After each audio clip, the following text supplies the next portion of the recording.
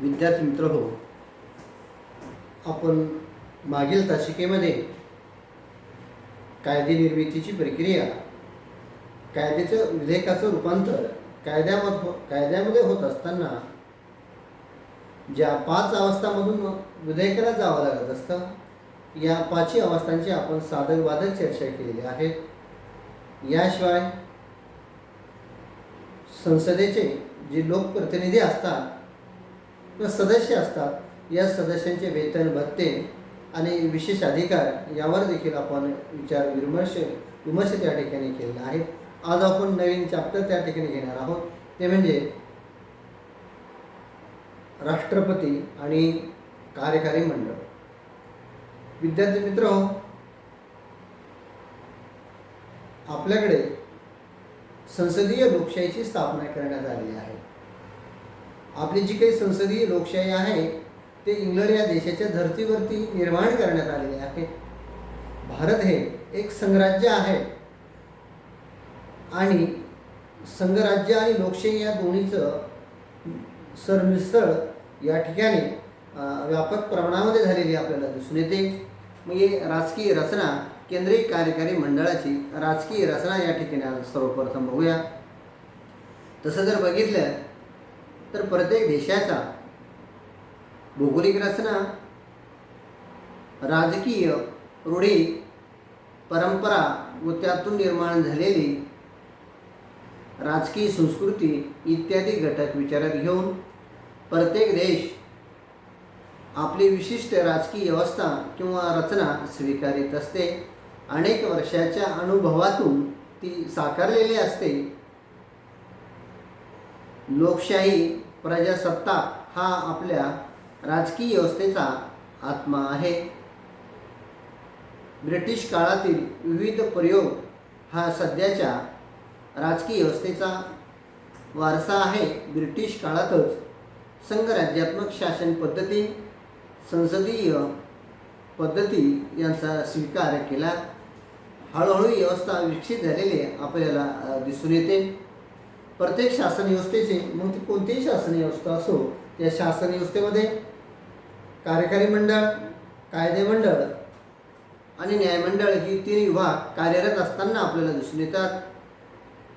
कार्यकारी मंडळाचे पुन्हा राजकीय कार्यकारी मंडळ आणि बिगर राजकीय कार्यकारी मंडळ अशी विभागणी कार्यकारी मंडळाची केलेली आपल्याला दिसून येते. मग या कार्यकारी मंडळामध्ये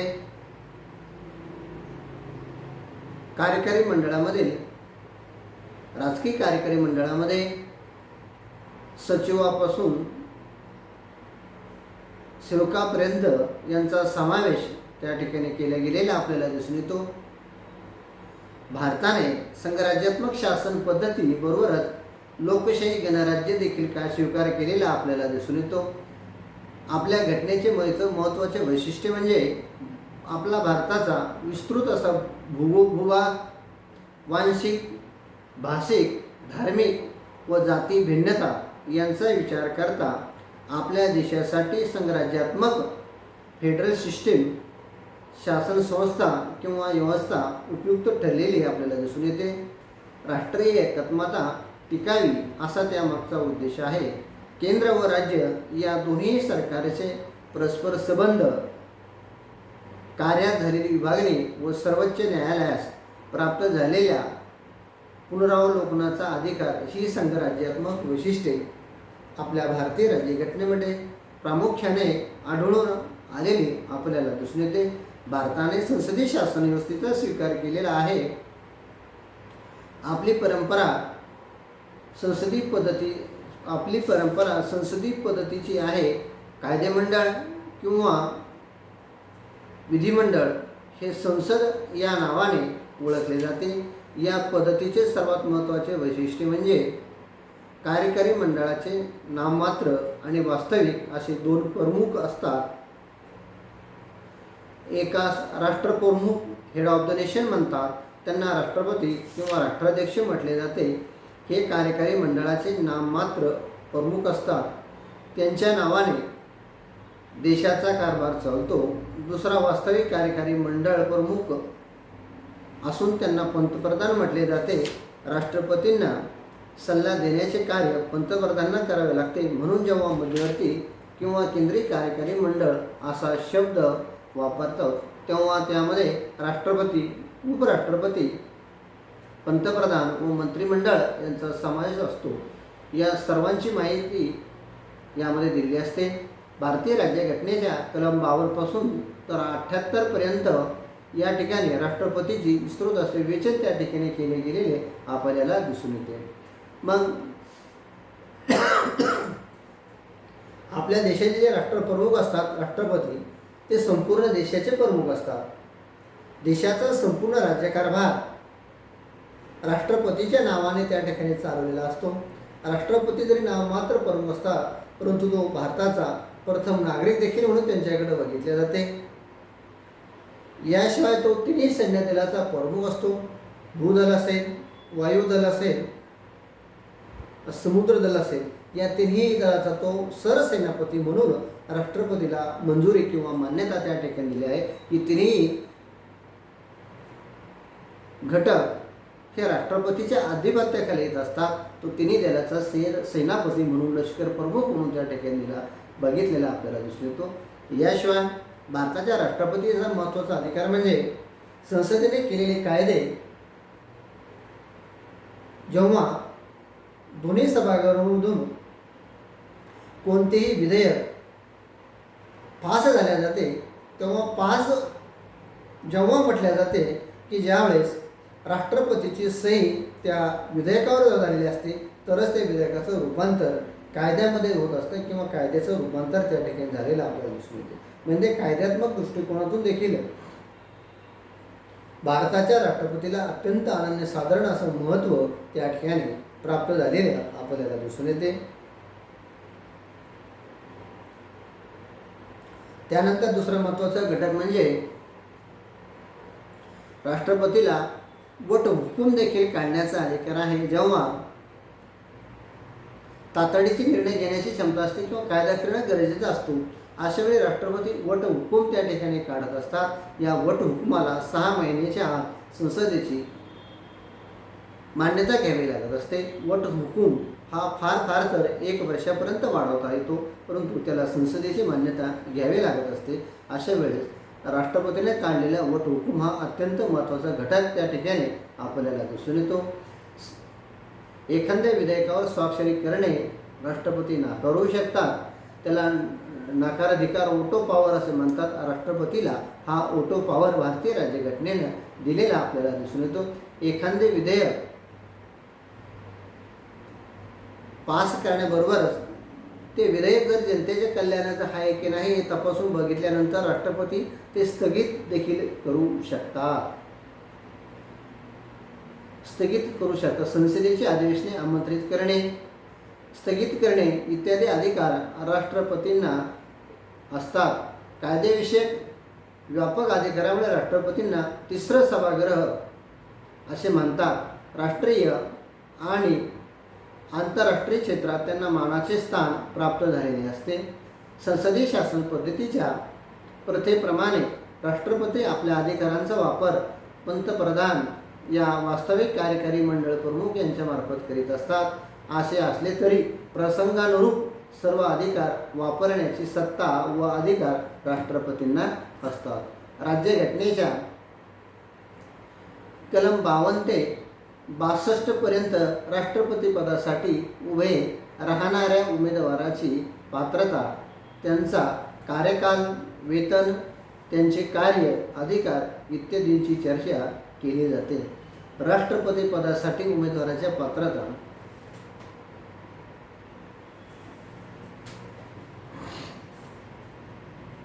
तो भारताचा नागरिक असावा, वयवर्ष 35 वर्ष पूर्ण झालेले असावे, लोकसभेत निवडून येण्यासाठी आवश्यक असलेली पात्रता असावी, केंद्र किंवा राज्य सरकारचा कर्मचारी नसावा किंवा सरकारी प्राप्ती मिळवणारा नसावा, केंद्रीय राज्याचे मंत्री, राज्यपाल हे या निवडणुकीसाठी सरकारी प्राप्तीचे पदावरचे समजले जात नाही. भारतीय राज्यघटनेच्या